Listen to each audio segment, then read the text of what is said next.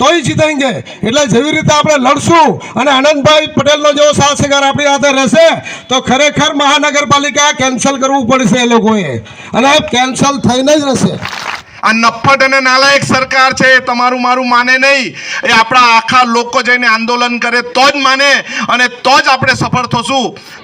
આમ લોકોનો એટલો વિરોધ છે કે મહાનગરપાલિકાએ અમારા કપડાં ફાડી લીધા છે, કંઈ રાખ્યું નથી। અને આ જો બધા વેરા ભરવાના આવશે તો સ્કૂલના બાળકો અભણ થઈ જશે।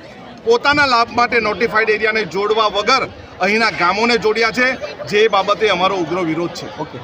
क्या वापी महानगर पालिका फिर से बन जाएगी नगर पालिका?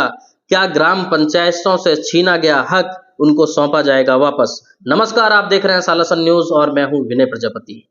जिस तरीके से आप देख रहे होंगे 2025 का आगाज हुआ और वापी को महानगर पालिका घोषित कर दिया गया, जिसमें वापी के आसपास के 11 गांव को सम्मिलित कर लिया गया।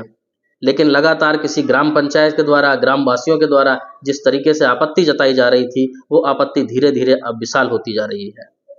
ऐसा ही मामला आज वापी महानगर पालिका के नजदीक स्थित चंडोर, जो पहले ग्राम पंचायत लगता था, अभी महानगर पालिका में हो गया है, उस चंडोर में एक सभा का आयोजन किया गया। वो सभा ग्राम पंचायत के द्वारा या फिर किसी ग्राम जनता के द्वारा नहीं रखा गया, वहां पर कांग्रेस के कार्यकर्ताओं ने इस सभा का आयोजन किया और ग्रामवासियों के साथ में मिलकर वापी महानगर पालिका का कहीं ना कहीं खंडन किया। मौजूदा कांग्रेस के कार्यकर्ता वहां पर बता रहे थे कि जिस तरीके से जो मौजूदा पार्टी है जिसने इस महानगर पालिका को घोषित करवाया, वो कहीं ना कहीं अपने फायदे के लिए करवाया है। उन्होंने ग्राम पंचायतों को तो महानगर पालिका में ले लिया, लेकिन नोटिफाइड को आखिरकार महानगर पालिका में क्यों नहीं लिया? विषय गंभीर है, लेकिन सोचने वाली बात यह भी है कि जिस वक्त वापी को महानगर पालिका घोषित किया गया, उस वक्त कांग्रेस के कई कार्यकर्ताओं के बयान आए थे, लेकिन वहां पर किसी भी प्रकार का कोई विरोध नहीं था। हालांकि कई कार्यकर्ताओं का तो ऐसा भी कहना था कि महानगर पालिका बन गया है तो अच्छा है, अब वापी में काम होगा, यानी कि इन लोगों को जो पार्टी है उसको काम करके दिखाना पड़ेगा। लेकिन अचानक ऐसा क्या हुआ कि कांग्रेस के बड़े बड़े कार्यकर्ताओं को यहाँ पर आना पड़ा और इस तरीके से विरोध प्रदर्शन करना पड़ा। साथ ही साथ आपको बता दें कि कांग्रेस ने यह भी कहा कि अगर ये जो महानगर पालिका है इसको वापस नहीं लिया गया, कि वो धरना प्रदर्शन करेंगे, आक्रोश रैलियां निकालेंगे, चक्का जाम करेंगे। इस तरीके की कई उन्होंने आपत्तिजनक टिप्पणियां भी की हैं। लेकिन अब देखने वाली बात यह होगी, क्या महानगर पालिका बर्खास्त कर दिया जाएगा? क्या वापस से जो 11 गांव महानगर पालिका वापी में लिए गए हैं वो वापस से उनको वापस कर दिए जाएंगे? देखने वाली बात होगी। क्या इस तरीके की कोई भी गतिविधि होती है, क्या सरकार अपने डिसीजन को वापस लेगी? दूसरी तरफ कुछ दिन पहले छीरी, जो पहले ग्राम पंचायत में आता था, ऊपर उसके बोर्ड मार दिया गया है वापी महानगर पालिका, लेकिन उसके बावजूद भी वहां पर जो वहां के सरपंच थे, वहां के जो सभ्य थे, यानी कि कार्यकर्ता थे, उनके द्वारा यहाँ पर एक कोई मीटिंग का आयोजन किया गया, स्वागत समारोह भी शायद रखा गया। ऐसी घटनाएं लगातार सामने हर ग्राम पंचायत से आ रही हैं। लेकिन सोचने वाली बात होगी और समझने वाली बात होगी, क्या इस तरीके की कोई भी कार्रवाई होगी या इस तरीके का कोई भी डिसीजन, बैक डिसीजन लिया जाएगा? जनता शायद आक्रोशित है, ग्राम पंचायत के लोग भी शायद महानगर पालिका से खुश नहीं है। क्या रही वजह, आइए जानते हैं कांग्रेस कार्यकर्ताओं के। वापी महानगर पालिका में जोड़वामां आवेला 11 જેટલા ગામોનો મૂળ શું છે? 11 જેટલા ગામોની ગ્રામસભા લેવામાં નથી આવી, અને ગ્રામસભા લેવામાં આવી છે તો ગ્રામસભામાં બધાએ જ ગ્રામજનોએ જોડાવા માટેની ના પાડી છે। એટલે જબરજસ્તીથી ગામોને જોડવાની વાત છે। એના વિરોધમાં નામદા ખાતે જાહેર સભા રાખી હતી, અમને પણ આમંત્રણ આપવામાં આવ્યું હતું, અને અહીં ગામના લોકોનો મૂળ અમે જાણ્યો છે કે બધા જ એના વિરોધમાં છે। ત્યારે આવનારી 6મી તારીખે અમે પ્રાંત અધિકારીને આવેદનપત્ર આપીશું અને આવનારા દિવસમાં ધરણા પ્રદર્શન કરીશું, ગામોનો બંધ પડાવીશું અને અમારું આંદોલન ઉગ્ર કરીશું। પરંતુ અહીંના ગામના લોકોને જબરજસ્તી જોડે છે એનો અમને વિરોધ છે। શું સમસ્યા થઈ શકે? સમસ્યા ઘણી બધી થઈ શકે। ઘરના વેરાઓની સમસ્યા થઈ શકે છે, ગામના વિકાસની લઈને સમસ્યા થાય છે। અત્યારે તમે જુઓ કે સ્ટેશન વિસ્તારમાં જતાં તમે ટ્રાફિકની સમસ્યા છે। અહીંના લોકો લગભગ 12 કિલોમીટર દૂર વિસ્તાર છે, એમને કંઈ પણ કામ કરવા માટે અહીંની મહાનગરપાલિકામાં આવવું પડશે અને એની સામે જે લાભ મળવા જોઈએ તે લાભ પૂરા મળશે નહીં। ત્યારે અહીંના જ નોટિફાઈડ એરિયાને પણ મહાનગરપાલિકામાં સમાવવું જોઈએ, પરંતુ નોટિફાઈડ એરિયાને સમાવવામાં આવ્યું નથી। પોતાના લાભ માટે નોટિફાઈડ એરિયાને જોડવા વગર અહીંના ગામોને જોડ્યા છે, જે બાબતે અમારો ઉગ્ર વિરોધ છે. ગામ લોકોનો એટલો વિરોધ છે કે મહાનગરપાલિકાએ અમારા કપડાં ફાડી લીધા છે, કંઈ રાખ્યું નથી. અને આ જો બધા વેરા ભરવાના આવશે તો સ્કૂલના બાળકો અભણ થઈ જશે અને સરકારી યોજનાઓ છે તે બધી ફેલ થશે. અને અમારે નગરપાલિકામાં જોડાવું નથી ને નથી જ. એ અમારો પરમિનન્ટ સિદ્ધાંત છે અને એના માટે અમે લડાઈ આપીશું. કેટલા લોકો સંમત છે અને પાલિકાનું જે પંચાયતનું જે બોડી હતી એમનું શું નિર્ણય છે?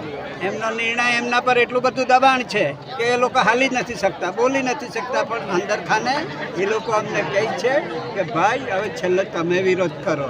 અહીંયા આગળ કેટલા છે પાલિકા જે પંચાયતમાં આપણે? પંચાયતમાં સભ્યો છે અમારા 6 કે 8 છે. અહીંયા આગળ કેટલા છે અહીંયા હાજર? હાજરમાં હવે એ તો અમે ટોટલ ગણ્યા નથી, પણ એ લોકોનો અંદર ખાને સાથ છે પૂરેપૂરો. ઓકે.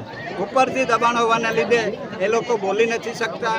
એ લોકોને કહે કે અમે તમને 20 વર્ષની જેલ કરાવીશું એવી ધમકીઓ મળે છે. ત્યાર પછીથી ભવિષ્યમાં તમારું કઈ રહેશે નહીં એવી પણ જગનભાઈ, મુખ્ય સમસ્યાઓ શું આવી શકે? 11 તાલુકા જે ગામડાઓની શું સમસ્યા મુખ્ય શું? સમસ્યામાં વહીવટી જ્ઞાન નથી. એ લોકો સામાન્ય પટ્ટાવાળા પાસે બી રજૂઆત કરવી હોય તો એ લોકો પાસે વહીવટી જ્ઞાન જ નથી. અને જ્ઞાનના અભાવે એ એની સમસ્યા યોગ્ય જગ્યાએ રજૂ કરી શકશે નહીં.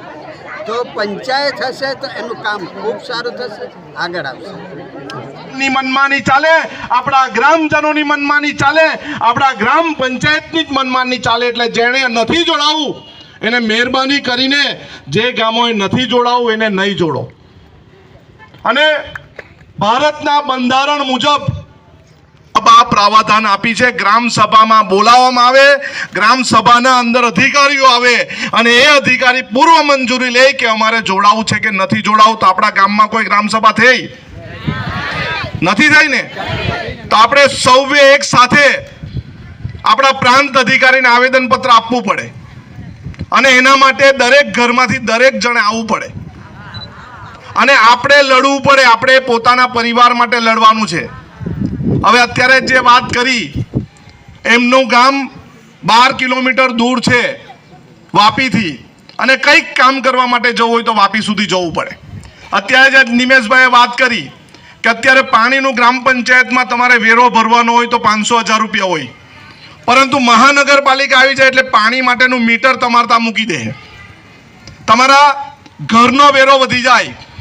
એ સામાન્ય વસ્તુ હશે, પરંતુ તમારા ગામનું નામ વિશ્વના નકશા પરથી ભૂસાઈ જાય.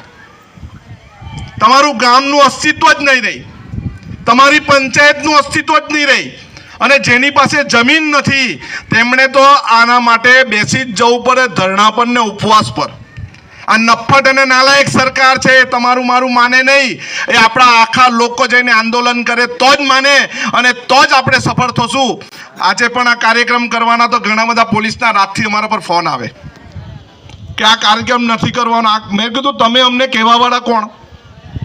અમે તો જઈશું, કાર્યક્રમ કરશું અને લોકોને જે અન્યાય થાય છે અન્યાયના વિરોધમાં ન્યાય અપાવવા માટે અમે તમારી સાથે છેલ્લે સુધી રહેવાના છે. પરંતુ તમારે પણ અમારી સાથે છેલ્લે સુધી રહેવું પડે.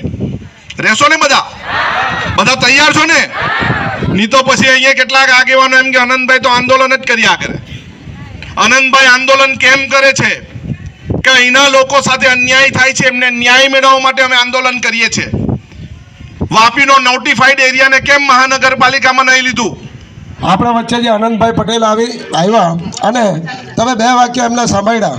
ખરેખર લડવૈયા છે અમારા નેતા અને એ આદિવાસીના મહાનેતા છે.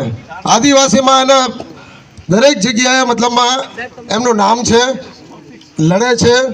અને પાલિકામાં છું, વાપી નગરપાલિકાનો વિરોધ પક્ષનો નેતા છું. ખરેખર મતલબ વાપીમાં તમે જે બધા જે સોચી રહ્યા સમજી રહ્યા, ખરેખર સાચું છે. વાપીમાં દરેક જગ્યાએ રોડ રસ્તાનો પ્રોબ્લેમ છે. દરેક જગ્યાએ અત્યારે બ્રિજ થોડીને મતલબ કેટલા વર્ષ થઈ ગયા, મતલબ જે 1 વર્ષમાં બનાવવાની મુદત આપેલી આજે 3 વર્ષ પૂરા થયા પણ એ લોકોથી રોડ બ્રિજ બન્યો નથી. અને લોકોને ટ્રાફિકની સમસ્યા ઘણી છે. બીજું એક વસ્તુ વેરા માટે કહેવું છું, તમારા જે પંચાયતમાં દરેક પંચાયતમાં વેરો આવતો હશે 100-150 રૂપિયા. વાપી મહાનગરપાલિકામાં આવશે એટલે 3000ની તૈયારી રાખવાની ભાઈ. કારણ કે દરેક જગ્યા મહાનગરપાલિકા અત્યારે અમારા વાપી નગરપાલિકા છે તો એમનો વેરો છે 1200 રૂપિયા, જે મતલબ જ્યાં આવે છે એટલે 1500 રૂપિયા, પછી પાણી એટલે પાણીના 600 રૂપિયા છે. એટલે દરેક વસ્તુમાં આપણને મતલબ ખરેખર મતલબમાં નુકસાન થશે, તે નુકસાન તો થવાનું જ છે, કારણ કે અમે લડીને જ એ લોકો સાથે લડતા છે. દરેક જગ્યાએ લડવું પડે તો જ આપણે કામ થાય. એટલે વાપી નગરપાલિકામાં અને મહાનગરપાલિકામાં જોડાવા પહેલે 11 ગામનો ખરેખર વિરોધ કર્યો છે, તો એ લાયક છે વિરોધ. અને જેટલું મતલબ નથી જોડાય તો એટલું મતલબ સારું, કેમ કે તમારા માટે સારું, કેમ કે તોય જીતેંગે. એટલે જેવી રીતે આપણે લડશું અને આનંદભાઈ પટેલનો જેવો સાથ સહકાર આપણી સાથે રહેશે તો ખરેખર મહાનગરપાલિકા કેન્સલ કરવું પડશે એ લોકોએ, અને કેન્સલ થઈને જ રહેશે.